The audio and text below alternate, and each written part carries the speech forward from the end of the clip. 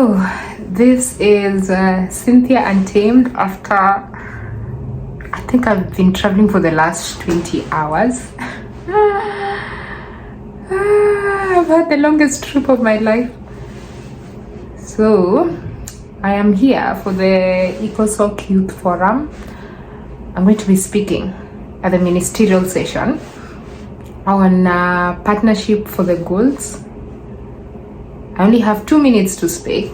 I have worked on my speech, but first I need to tell you how hectic my trip has been. So to even get this speaking role, I had to apply. So basically the ECOSOC Youth Forum does a call for application for young people to apply to attend the forum. So for me, I was like, I'm not traveling all the way to New York just to attend the conference. So I was like, let me see if I can find a speaking opportunity. So once I got the confirmation letter to attend the forum in person, I asked if I could speak. And so they told me, we are not sure. There's a lot of decisions to be made. So you're just going to have to wait. So they did a separate call for application for speakers. So that meant I had to apply again to speak. So there's applying to attend the conference in person, and then there's applying to speak at the conference.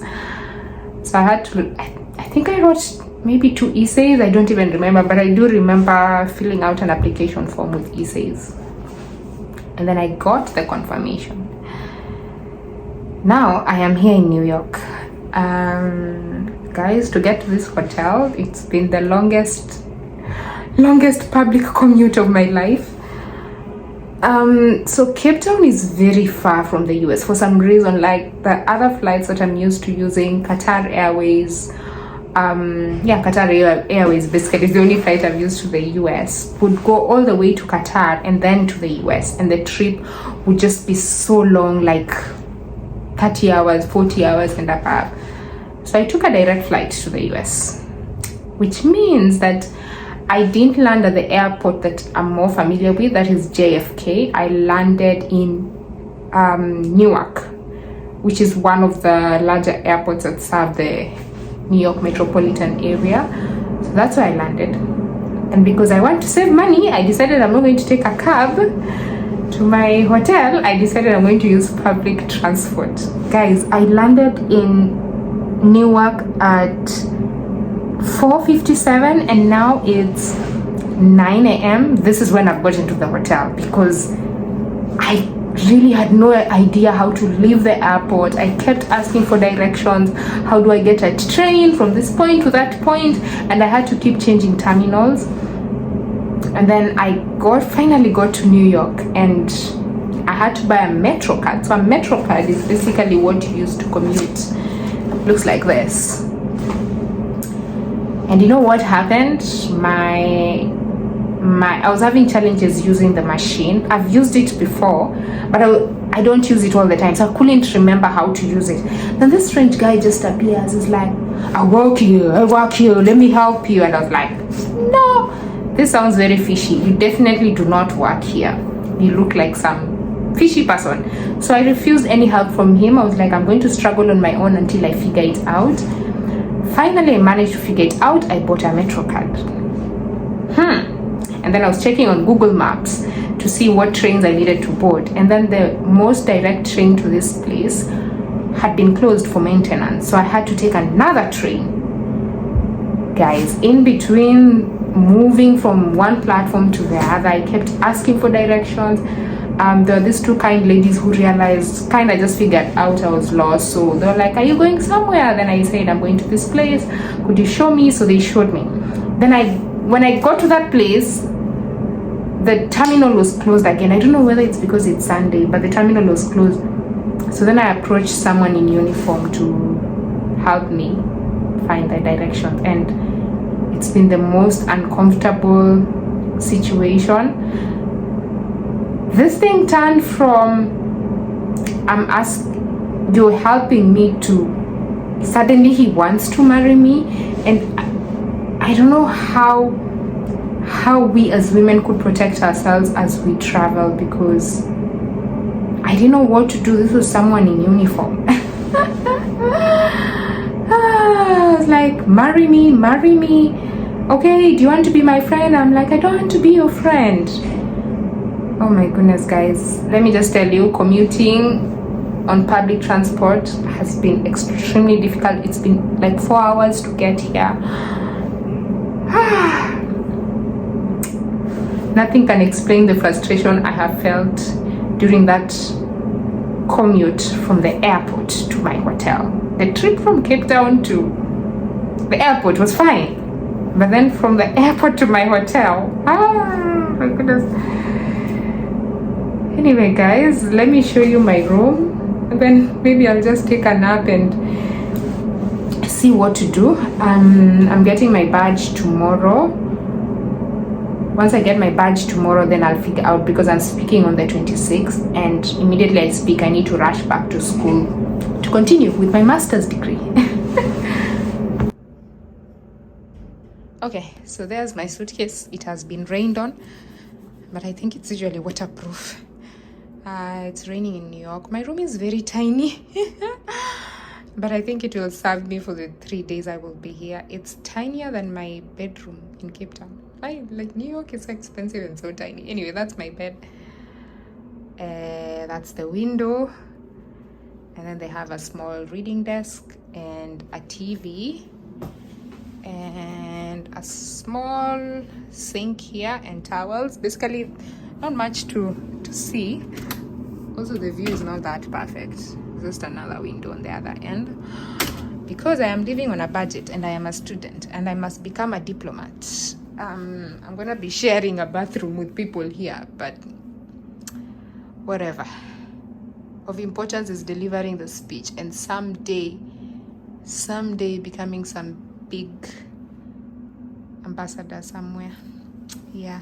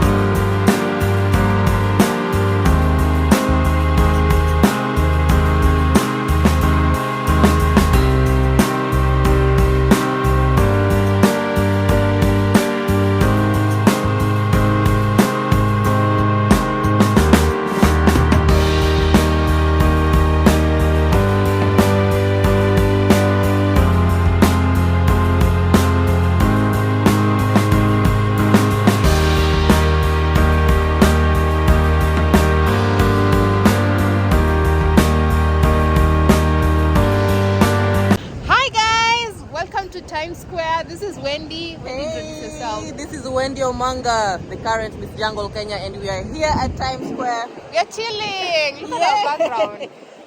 Let me show you the background. If you ever come to New York, make sure you're here. Times Square, New York City. You know what's interesting about America is the sort of marketing they do. See the way in Kenya we have so many billboards everywhere, but here they have all these digital platforms where they just advertise their things and they advertise everything. But I think Coca-Cola is usually the most visible thing on this side. But there's lots of tourists on this end. I don't think you'll find any local just hanging around Broadway like on a normal day. Most people who come here are usually tourists, people like me. For some reason, every time I come to Times Square, I see something different. So like I've never seen this statue before.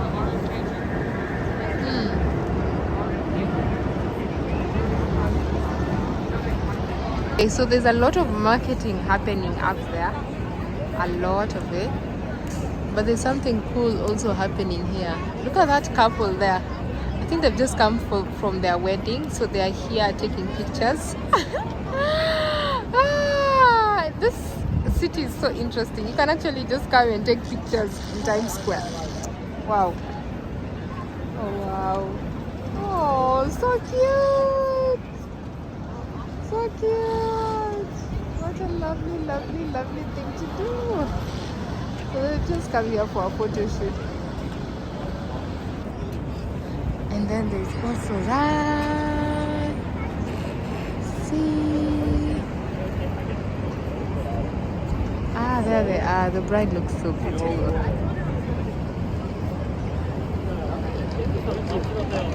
Well, if you wanted to know things to do in New York, there's one thing you can do. Come to Times Square and take pictures after your wedding. That was so nice.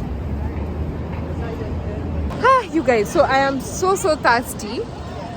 But can you imagine, guys, unlike Nairobi where we have public toilets and you can just go pay 10 shillings and go to a public toilet, or if you have money you can go into an expensive restaurant, buy something and walk into the restaurant or something. Here in New York they don't have public toilets. So guys, besides having a cup of tea in the morning, I have not had any other fluid. I think for the last 5 hours I have been walking in the city. I'm extremely thirsty, but I can't drink anything until I'm sure I can access a bathroom. So please, when you're in New York City, never ever drink water or anything. You don't know where your next bathroom is going to be. Don't do that. Oh boy.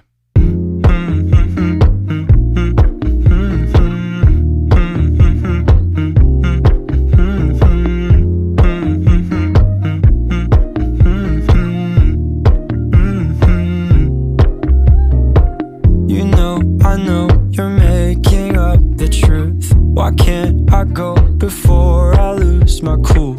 I love you even if it's difficult.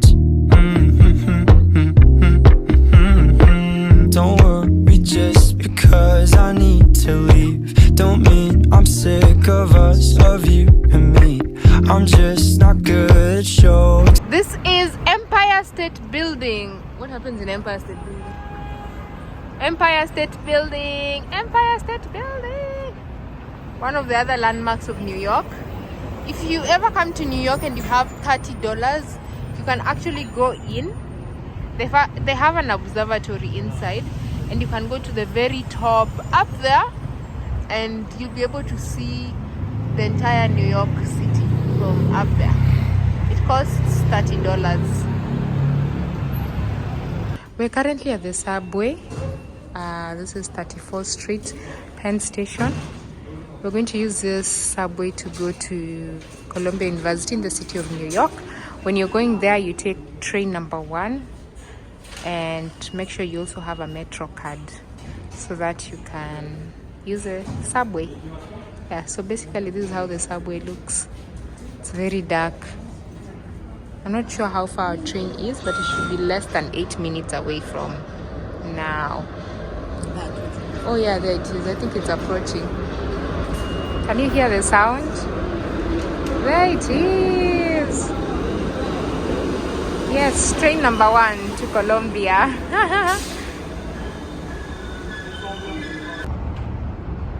This is SIPA, the School of Public Administration at Columbia. This is how the street looks like. So Columbia is like in this entire area. So I'm in just one side of the university. Yes. So let's walk into the event. So here's our event, Climate Mobility Symposium.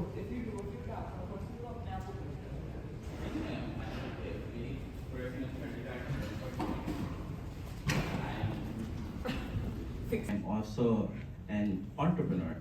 So I have a startup back in Pakistan that's an agri-tech company empowering smallholder farmers to sell their livestock directly to consumers. To pay the tickets and nothing more. But I think that our work that we are doing in first line is so important because we are suffering directly the impacts of climate change. We are being affected by climate change. We are losing our territories due to the climate change.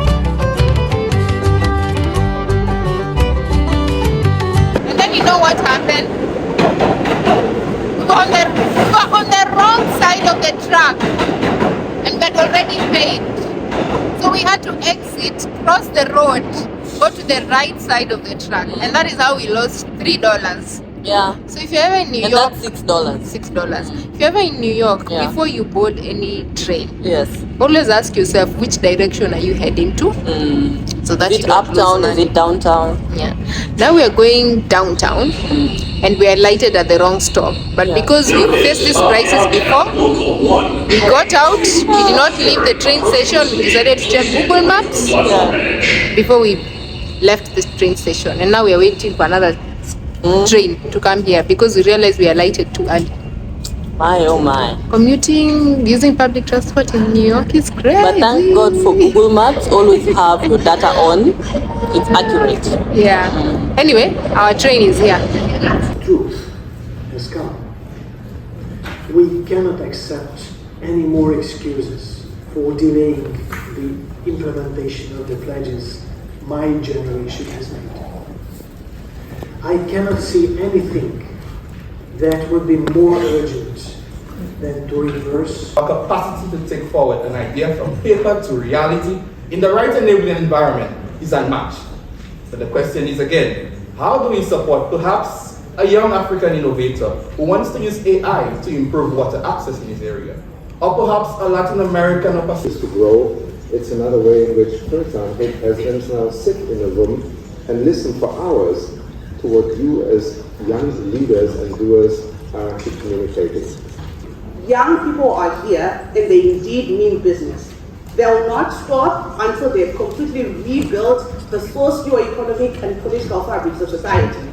So young people are here and they are working towards the SDGs, and they will not stop until we see meaningful and concrete change. Thank you. So young people are here and they mean business. Do you agree? Sustainable development goals. That is critical thinkers, innovators, communicators, change makers, and leaders for now and for tomorrow.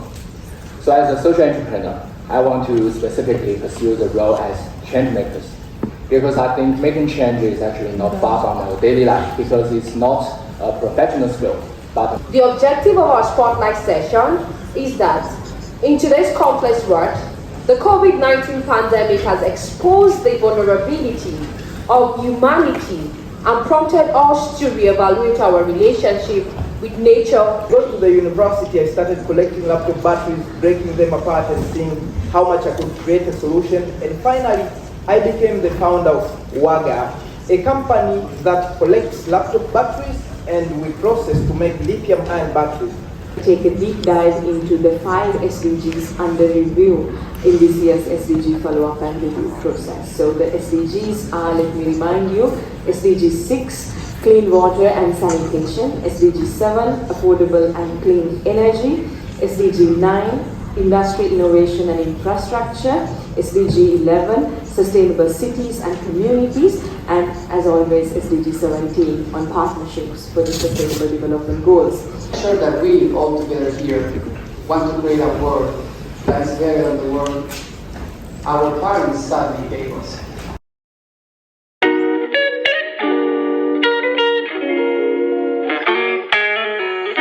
Hi guys, I hope you are enjoying the vlog so far. So today I've had a very interesting day. Guess who is sitting next to me? The president of ECOSOC. Here's her seat. So she was sitting right here. And you know the interesting bit is I hadn't realized it was her until I turned. And I was like, wait, the president of ECOSOC is sitting right next to me. This is my seat. Cynthia Nyongesa, delegate number 1321. Oh my God, guys, what an honor. What an honor. What a privilege. I'm so excited. Wendy. Cynthia, my person. We are so proud of you. We are proud of you. Thank you. Wewe ni wetu na wa dunia. Wendy is From Miss Cynthia, Jungle. Yeah, Miss Jungle, Kenya. We are here representing climate action, quality education, and gender equality in ECOSOC Youth Forum. So we are really proud of our girl. Networking is the way to go. And I'm proud of her too. Yeah. Guys, I really, in another world, I should have just been a model. Yeah? Like her. By the way. But still, you're killing it. I'm killing You're killing it. Okay, so we'll go for lunch. Okay. Hello, untamed people. The day has proceeded. We had lunch. Wendy's at the back there networking. So we went, had lunch, and then now it's just about 6:30 in the evening. We're here for an event at the Ford Foundation building, right here in New York. We're going to have a dinner reception, and basically the theme of the dinner is to be seen and to be heard. So young people, young delegates, as well as ministers in charge of youth affairs will be having conversations about young people. Yeah, and people are still streaming in at the back there. We're just chilling. We're chilling as we wait.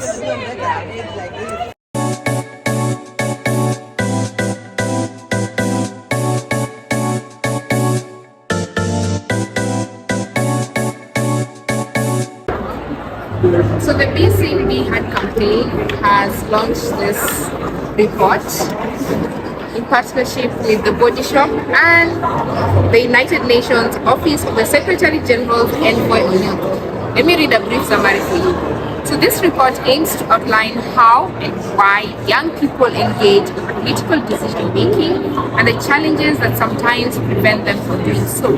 It puts forward policy and legislation recommendations for advancing the needs and rights of young people, ensuring their voices are meaningfully heard in public life and decision making. The research from the Body Shop International and the Office of the United Nations Secretary General Envoy on Youth supports the BC Be Heard campaign.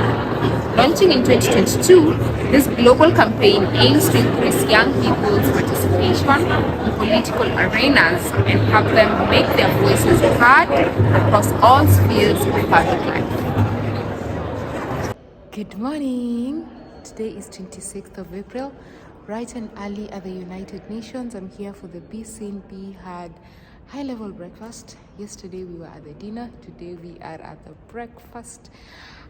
So come along with me. Let's have conversations about young people's participation in politics.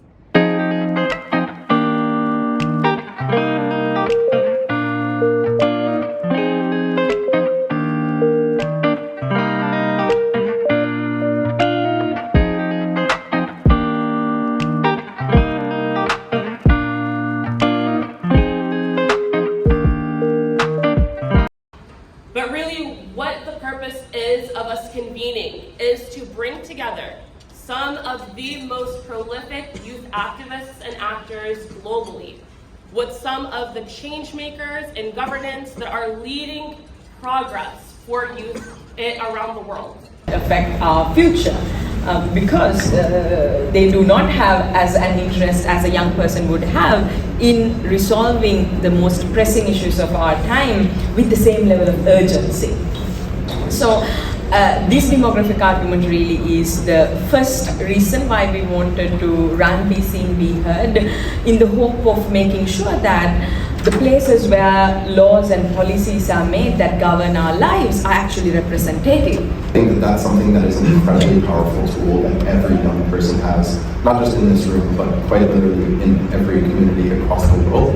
Into the formal one. So the potential is truly limitless. Chris, Mr. Body Shop over here, can you please tell us, what does a business like the Body Shop have to do with youth participation? Why are you so invested in this issue, and what is your hope for the success of it? Thank you. Thanks for calling me Mr. Body Shop. It's a good question. What is a cosmetics company doing here? It's activism and seeking social and political justice is in our DNA. So our business was started in Brighton in the United Kingdom by a business lady called Anita Roddick. She was a brilliant, creative, great entrepreneur, but more than that, she believed that business should be part of the political discussion. It should be part of seeking solutions to the challenges the world faces. So, what concrete proposals could be made to address linkages between free trade opportunities in Africa and the implementation of specific SDGs? And Ms. Sephora is joining us online. Bonjour tout le monde. Moi, je vais faire mon intervention en français. Merci de m'avoir donné la parole aujourd'hui et merci pour l'invitation à prendre.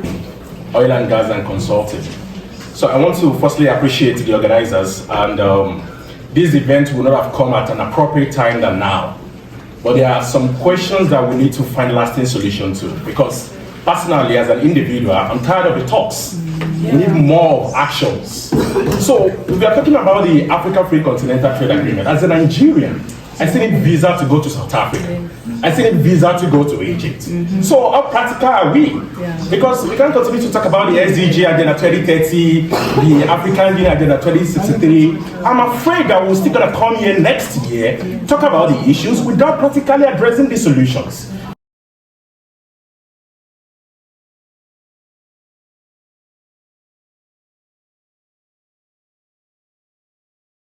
I'm just coming out of an event right now. We were talking about young people in Africa and entrepreneurship. There's a lot of focus on the African Free Trade Continental Agreement, which you should look up because it's all about enabling free access to trade in Africa, but we're still talking about the barriers we have. Number one, visa. Number two, access to funding. But from the clips, I hope you've gotten 1, 2, 3 things here and there. So now I'm just going to go outside, maybe take a few pictures before I go for my next event. We're on break now. This is the view from the top of the UN headquarters in New York. Just look at that view. So beautiful. So beautiful. So beautiful. and relaxing. Nice. I love it.